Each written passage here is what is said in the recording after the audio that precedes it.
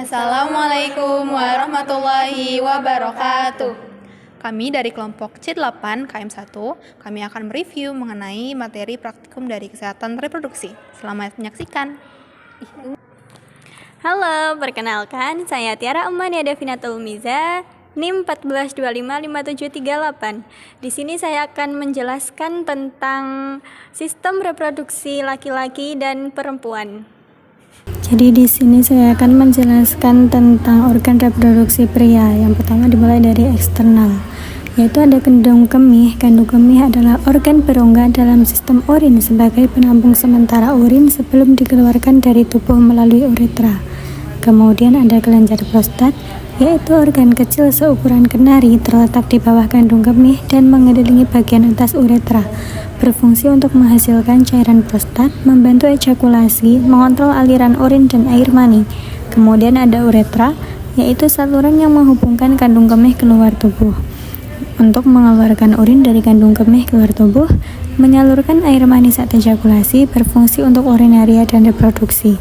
Kemudian ada vas deferens, yaitu sebagai saluran pengantar sperma dari testis ke uretra dan menjadi jalur pencampuran sperma dengan cairan mani. Kemudian ada testis, yaitu berfungsi untuk produksi sperma dan memproduksi hormon testosteron. Kemudian ada skrotum, yaitu untuk menjaga suhu testis agar tetap stabil untuk produksi sperma, memberi perlindungan fisik bagi testis. Kemudian ada kepala penis, yaitu menyalurkan urin dan sperma, memberikan sensasi rangsangan seksual karena kaya saraf. Kemudian ada lubang penis, yaitu menyalurkan urin keluar tubuh, menyalurkan air mani saat ejakulasi. Kemudian ada organ reproduksi pria bagian internal, yaitu ada vas deferens, yaitu berfungsi untuk mengangkat sperma dari epididymis ke uretra, menyimpan sperma sementara, membantu pembentukan air mani saat ejakulasi. Kemudian ada ampula vas deferens, yaitu tempat penyimpanan sementara sperma, awal proses pencampuran sperma dengan cairan mani, pendukung tekanan ejakulasi. Kemudian ada kelenjar prostat, menghasilkan cairan pelindung dan penutrisi sperma, membantu ejakulasi, mengatur aliran urin dan air mani. Kemudian ada kelenjar Cowper, yaitu mengeluarkan cairan praejakulasi, melumasi dan menetralkan uretra sebelum sperma lewat, menjaga lingkungan uretra agar sperma tetap hidup. Kemudian ada epididymis, yaitu mematangkan sperma, menyimpan sperma, mengangkut sperma dari testis ke vas deferens. Kemudian ada testis, yaitu memproduksi sperma dan menghasilkan hormon testosteron. Kemudian ada ureter, yaitu mengalirkan urin dari ginjal ke kandung kemih, mencegah aliran balik urin ke ginjal. Kemudian ada kandung kemih, yaitu menyimpan urin sementara, mengeluarkan urin saat miksi, mengontrol frekuensi dan waktu buang air kecil. Kemudian ada vesikula seminalis, yaitu menghasilkan cairan yang kaya fruktosa untuk mendukung sperma, menyumbang sebagian besar volume air mani, membantu pergerakan dan kelangsungan hidup sperma. Kemudian ada uretra, yaitu mengalirkan urin dari kandung kemih keluar tubuh, mengalirkan air mani saat ejakulasi. Kemudian ada jaringan erektil, yaitu membantu proses ereksi dengan mengisi darah, memungkinkan terjadinya hubungan seksual, melindungi dan menjaga fungsi uretra selama ereksi. Kemudian ada glans penis, yaitu memberikan sensasi seksual yang kuat, menjadi tempat keluarnya urin dan sperma, melindungi ujung penis. Kemudian ada organ reproduksi wanita bagian luar. Yang pertama itu ada mons pubis, yaitu bantalan lemak di atas tulang kemaluan yang berfungsi melindungi tulang kemaluan dan tempat tumbuhnya rambut kemaluan. Kemudian ada labia majora atau bibir besar, yaitu lipatan kulit luar yang berfungsi melindungi organ reproduksi bagian dalam dari gesekan, kuman, dan cedera. Kemudian ada labia minora atau bibir kecil, yaitu lipatan kulit di dalam labia majora yang melindungi lubang vagina dan uretra, serta berperan dalam rangsangan seksual karena banyak ujung saraf. Kemudian ada klitoris, yaitu organ kecil yang sangat sensitif, berfungsi utama sebagai pusat rangsangan dan kenikmatan seksual. Kemudian ada urethral opening atau lubang uretra, yaitu tempat keluarnya urin dari kandung kemih. Kemudian ada vagina, yaitu saluran yang berfungsi sebagai jalan lahir, tempat masuknya sperma saat hubungan seksual, dan jalur keluarnya darah menstruasi. Kemudian ada anus, yaitu lubang pengeluaran feses termasuk sistem pencernaan, bukan sistem reproduksi. Perkenalkan, nama saya Wulan Elian dengan NIM 14255740. Di sini saya akan menjelaskan tentang oogenesis dan spermatogenesis. Proses spermatogenesis yaitu proses pembentukan sel sperma atau spermatozoa pada organ reproduksi jantan, tepatnya di tubulus seminiferus pada testis.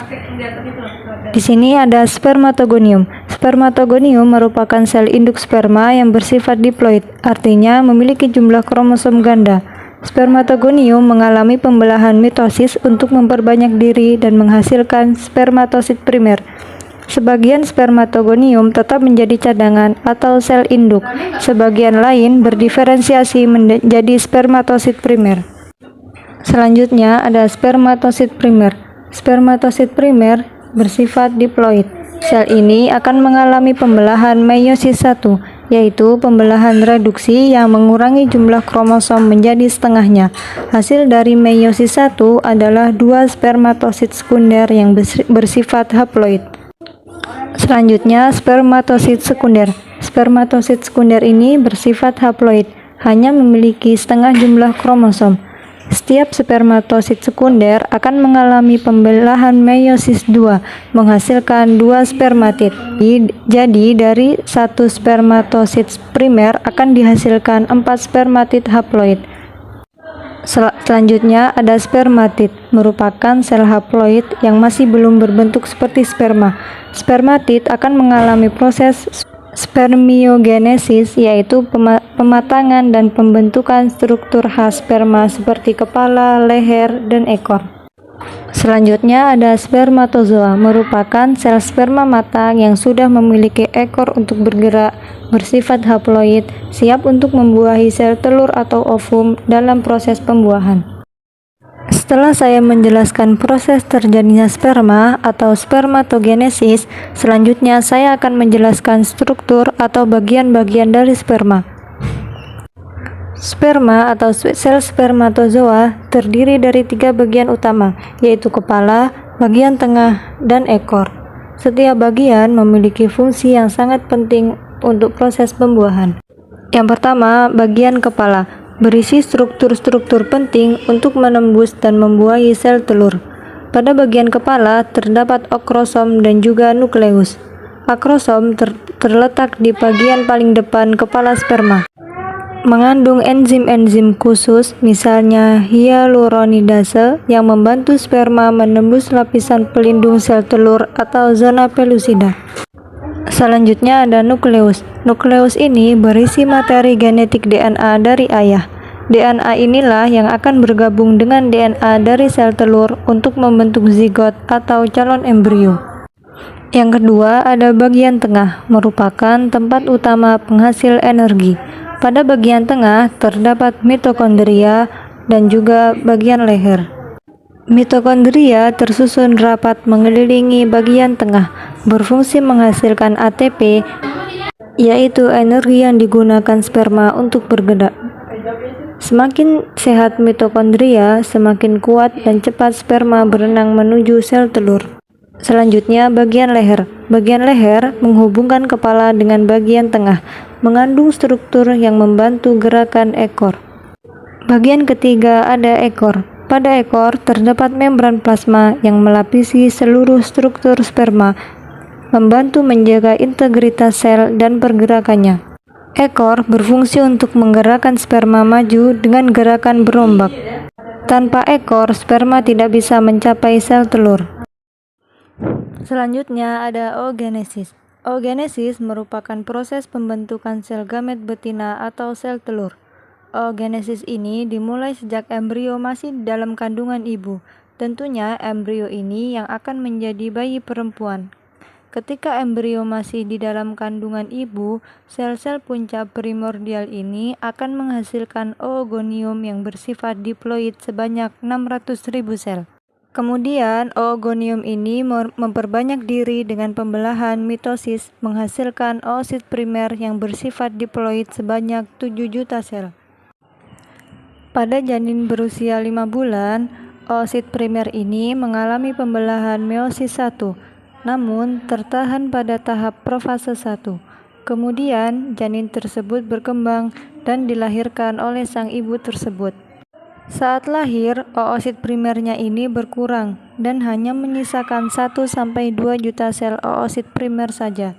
Kemudian, bayi tersebut berkembang hingga mencapai masa pubertas yang ditandai dengan menstruasi. Pada saat masa pubertas, oosit primer ini menyelesaikan pembelahan meiosis pertamanya dan menghasilkan oosit sekunder yang bersifat haploid dan badan polar 1 yang bersifat haploid. Kemudian, kedua sel ini mengalami pembelahan meiosis 2, namun tertahan pada tahap metafase 2. Jika oosit sekunder ini mengalami pembuahan oleh sel sperma atau fertilisasi, maka pembelahan meiosis 2 ini akan diselesaikan di mana oosit sekunder membelah menjadi ootit yang bersifat haploid dan juga satu sel badan polar 2 yang bersifat haploid. Kemudian, badan polar 1 menyelesaikan pembelahan meiosis 2-nya menjadi 2 sel badan polar 2 yang bersifat haploid. Kemudian, ootit ini berdiferensiasi menjadi sel telur yang bersifat haploid, sedangkan badan polar lainnya akan terdegenerasi. Setelah proses oogenesis selesai dan menghasilkan sel telur atau ovum, selanjutnya saya akan menjelaskan struktur ovum atau bagian-bagian dari ovum. Yang pertama ada follicle cell, yaitu sel-sel terluar yang mengelilingi ovum. Mereka memberikan dukungan dan nutrisi pada sel telur. Selanjutnya ada corona radiata, yaitu lapisan terluar yang dibentuk oleh sel-sel folikel yang tersusun memancar.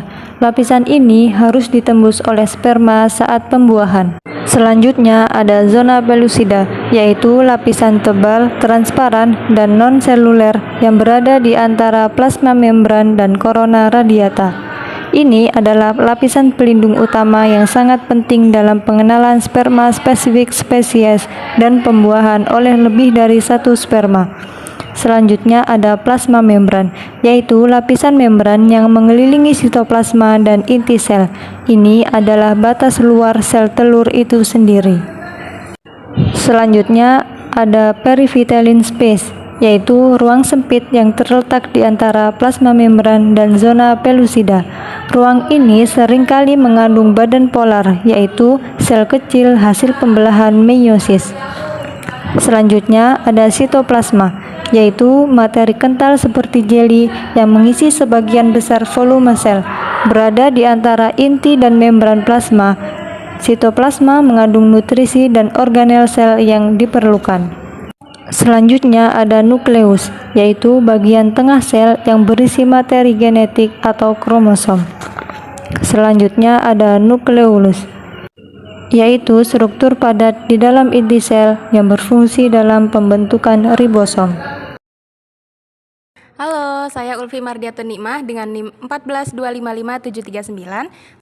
Baik, selanjutnya saya akan menjelaskan mengenai proses fertilisasi, yaitu proses bertemunya sel sperma dan sel telur yang nantinya akan membentuk zigot atau calon embrio manusia. Gambar ini menunjukkan urutan tahapan fertilisasi, mulai dari sperma mendekati sel telur sampai terjadinya fusi inti. Pada gambar sebelah kiri, kita bisa melihat 4 tahapan awal fertilisasi. Pada tahapan pertama, sperma mulai mendekati sel telur dan menempel pada bagian luar zona pellucida. Kemudian pada tahap kedua, ketika sel sperma menyentuh zona pellucida, maka akan terjadi reaksi akrosom, di mana kepala sperma mengeluarkan enzim akrosin dan hyaluronidase yang berfungsi untuk melarutkan zona pellucida sehingga membuat sperma bisa menembus lapisan tersebut sedikit demi sedikit. Kemudian pada tahap ketiga, proses ini disebut dengan penetrasi zona pellucida.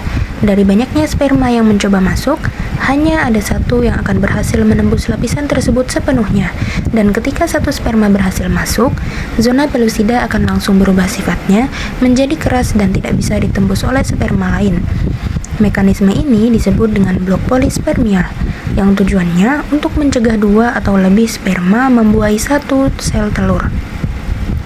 Kemudian pada tahap keempat, sperma akhirnya sampai di membran plasma ovum dan siap untuk proses penyatuan. Kemudian berlanjut ke gambar sebelah kanan. Gambar ini menjelaskan mengenai tahap akhir dari fertilisasi. Pada tahap ini, satu sperma yang berhasil menembus zona pellucida akan menyatu dengan membran ovum. Setelah itu, ekor sperma akan lepas dan tidak digunakan lagi. Kepala sperma yang berisi inti sel atau nukleus akan masuk ke dalam sitoplasma ovum, dan di saat yang sama, ovum juga menyelesaikan pembelahan akhirnya untuk membentuk inti ovum matang. Kedua inti ini kemudian akan bergerak saling mendekat dan akhirnya menyatu menjadi satu inti baru. Proses inilah yang disebut dengan fusi inti. Setelah fusi inti terjadi, maka akan terbentuklah zigot, yaitu sel tunggal pertama dari calon makhluk hidup baru yang membawa gabungan sifat genetik dari ayah dan ibu. Baiklah, sebelumnya saya akan menjelaskan terlebih dahulu mengenai struktur atau bagian-bagian payudara. Yang pertama adalah dinding toraks. Dinding toraks adalah bagian dari dinding dada yang menjadi tempat bagi payudara untuk menempel serta menjadi dasar penyokong struktur payudara. Kemudian yang kedua adalah otot dada. Otot dada terletak tepat di depan dinding toraks yang berfungsi sebagai penopang payudara serta membantu menjaga bentuk dan posisi payudara. Kemudian yang ketiga adalah lobus. Lobus adalah sekumpulan jaringan di dalam payudara yang berisi banyak kantung kecil pembuat ASI. Kemudian yang keempat adalah puting susu. Puting susu adalah bagian menonjol di tengah payudara yang berfungsi sebagai jalan keluarnya ASI dan menjadi tempat bagi bayi untuk menghisap saat proses menyusu. Kemudian yang kelima adalah areola. Areola adalah lingkaran kulit berwarna gelap yang berada di sekeliling puting. Di areola juga terdapat kelenjar kecil yang menjaga area tersebut agar tetap lembab sehingga tidak mudah lecet saat proses menyusui. Kemudian yang keenam adalah saluran susu. Saluran susu ibarat pipa-pipa kecil yang mengalirkan ASI dari tempat produksinya yaitu lobus untuk kemudian menuju puting. Saat hormon oksitosin bekerja, maka secara otomatis ASI akan melewati saluran ini. Kemudian yang ketujuh adalah jaringan adiposa atau lemak. Jaringan ini berfungsi sebagai bantalan, memberi bentuk pada payudara serta melindungi struktur penting di dalam payudara. Kemudian yang kedelapan adalah kulit. Kulit adalah lapisan terluar payudara yang menutupi seluruh struktur di dalamnya serta melindungi payudara dari luar. Baiklah, selanjutnya saya akan menjelaskan mengenai mekanisme menyusui. Baik, gambar ini menjelaskan tentang bagaimana tubuh ibu memproduksi dan mengeluarkan ASI saat proses menyusui berlangsung. Mekanisme ini dimulai ketika bayi menghisap puting ibu. Hisapan bayi tersebut merangsang saraf-saraf yang ada di payudara, lalu sinyalnya dikirim menuju otak, tepatnya ke bagian yang disebut hipotalamus. Hipotalamus kemudian memberikan dua perintah hormonal. Perintah pertama dikirim kepada kelenjar pituitari anterior untuk melepaskan hormon prolaktin. Hormon prolaktin berfungsi untuk memproduksi dan menambah jumlah ASI. Hormon ini bekerja pada bagian kelenjar susu yang berada di dalam payudara, yaitu alveoli. Sel-sel alveoli akan membuat ASI dan menyimpannya di bagian tengah alveoli. Kemudian perintah kedua dikirim kepada kelenjar pituitari posterior untuk melepaskan hormon oksitosin. Hormon oksitosin memiliki peran berbeda, yaitu membantu mengeluarkan ASI. Hormon oksitosin membuat otot-otot kecil yang berada di sekeliling alveoli berkontraksi, sehingga ketika otot ini berkontraksi, alveoli akan tertekan dan ASI pun terdorong keluar, masuk ke saluran susu atau duktus, kemudian mengalir menuju puting. Nah, keseluruhan proses ini membentuk sebuah siklus. Semakin sering bayi menghisap, maka semakin kuat rangsangan sarafnya, sehingga hormon prolaktin dan oksitosin akan semakin banyak dilepaskan.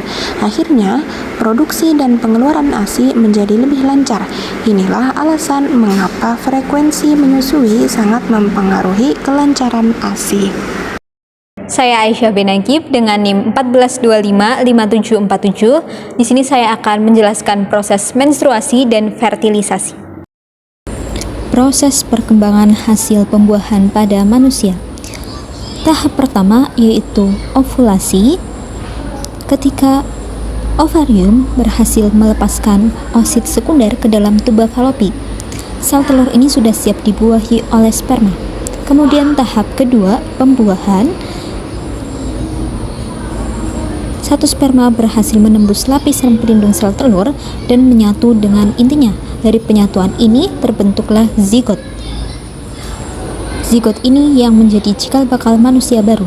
Memasuki hari ke-1, pada hari pertama setelah pembuahan, zigot masih berupa satu sel. Kemudian hari kedua, zigot mulai membelah diri secara mitosis menjadi 2 sel. Hari ketiga, zigot terus membelah menjadi 4 sel.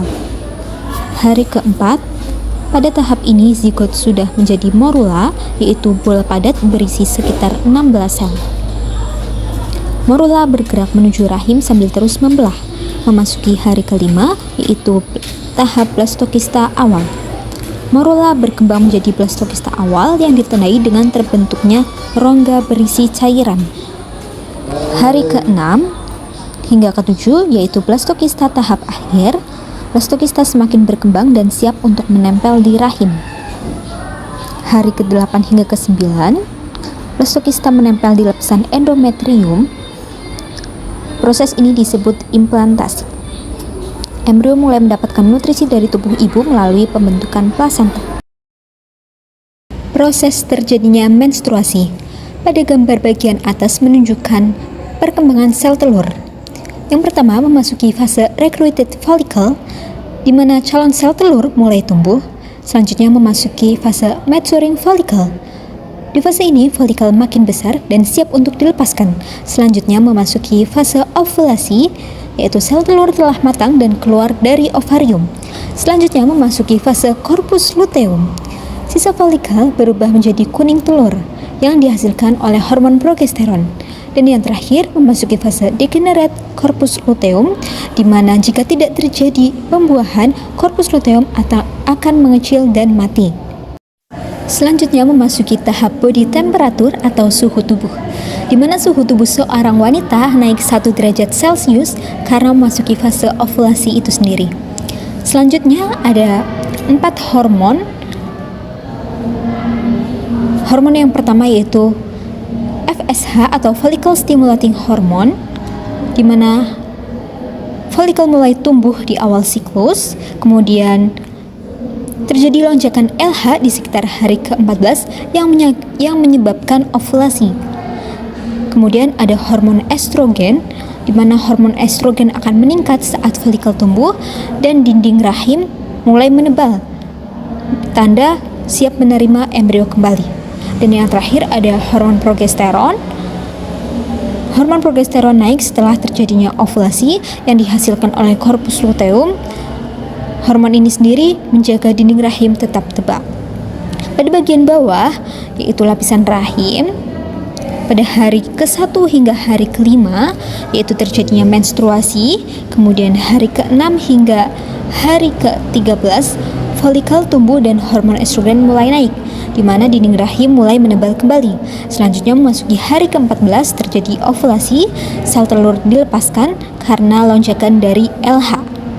Kemudian hari ke-15 hingga hari ke-28 yaitu memasuki secretory fase, di mana corpus luteum menghasilkan hormon progesteron yang berfungsi menjaga rahim tetap tebal. Dan jika tidak ada pembuahan, maka corpus luteum akan rusak, hormon akan turun dan akan terjadi menstruasi kembali. Saya Rilian Rasufahra dengan NIM 1425571. Di sini saya akan menjelaskan mengenai kehamilan, persalinan, dan juga nifas. Baiklah, di sini saya akan menunjukkan proses tahapan dari perkembangan janin manusia dari minggu ke-3 hingga minggu ke-41. Dimulai dari 3 minggu, masih berupa kumpulan sel atau embrio yang sangat kecil dan belum menyerupai janir. Umur ke-4 minggu, embrio telah menempel pada dinding rahim, ukurannya seukuran biji kedelai kecil. Minggu ke-5 sampai ke-7, embrio mulai membentuk 3 lapisan sel, yakni ectoderm, mesoderm, dan endoderm. Dan pembentukan organ-organ dimulai, termasuk jantung, mata, dan telinga awal. 8 sampai 10 minggu, embrio resmi menjadi janin. Tabung saraf telah terbentuk, tulang rawan mulai digantikan oleh tulang, dan fitur wajah mulai terlihat. 11 sampai 13 minggu, organ kelamin janin mulai terbentuk, koko mulai tumbuh, dan janin dapat melakukan gerakan refleks. 14-18 minggu, tulang rawan janin mulai mengeras, kelenjar keringat muncul, dan gerakan janin mungkin mulai terasa oleh ibu. 19-22 minggu, janin terus tumbuh dan berkembang pesat, organ reproduksi semakin jelas. 23-29 minggu, janin bertambah berat dengan cepat dan mulai menyesuaikan posisi untuk persiapan persalinan. 30-35 minggu, janin semakin aktif, berat badannya bertambah, dan posisi mulai turun ke pangkul. 36-41 minggu, tahap akhir menuju kelahiran, janin sudah terbentuk sempurna dan siap untuk dilahirkan.